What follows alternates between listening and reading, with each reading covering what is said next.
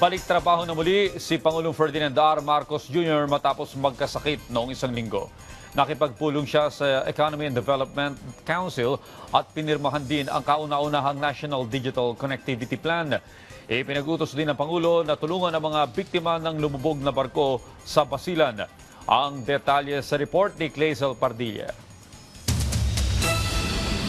Balik trabaho na si Pangulong Ferdinand R. Marcos Jr. matapos magkasakit nakaraang linggo. Maganda po ang kalagayan ng ating Pangulo dahil siya po ay kasalukuyang nasa meeting at yun po at marami po silang pinag-uusapan patungkol po doon.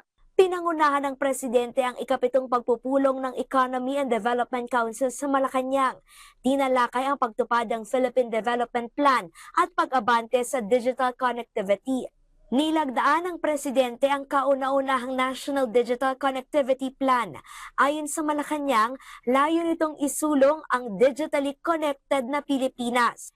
Itutulak nito ang mas malawak, mabilis, abot-kaya, ligtas at maasahang internet. Gagawin yan sa pamamagitan ng pagpapatatag sa mga regulatory framework na magbubukas sa maraming kumpanya at maghihikayat ng kompetisyon. Tututukan ng infrastructure investment katuwang ang public-private partnership. Itatayo sa mga pinakamalalayo at liblib na lugar at gagawing climate resilient o matibay daanan man ng sakuna. Inatasan din ni Pangulong Marcos ang Department of Social Welfare and Development na tulungan ang mga biktima ng lumubog na barko sa Basilan.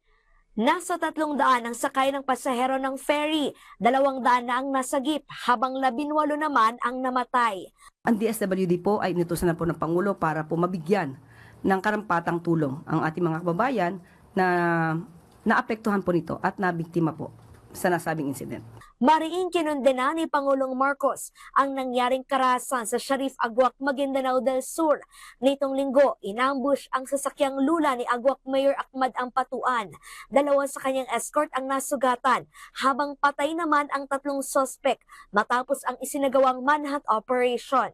Kinukundena po ng Pangulo ang nangyaring yan at dahil sa kanya pong pag-uutos at direktiba, agad-agad din pong kumilos ang DILG, pati po ang PNP. Mananatili po na palaluwigin ng DILG at ng pamahalang ito ang peace and order.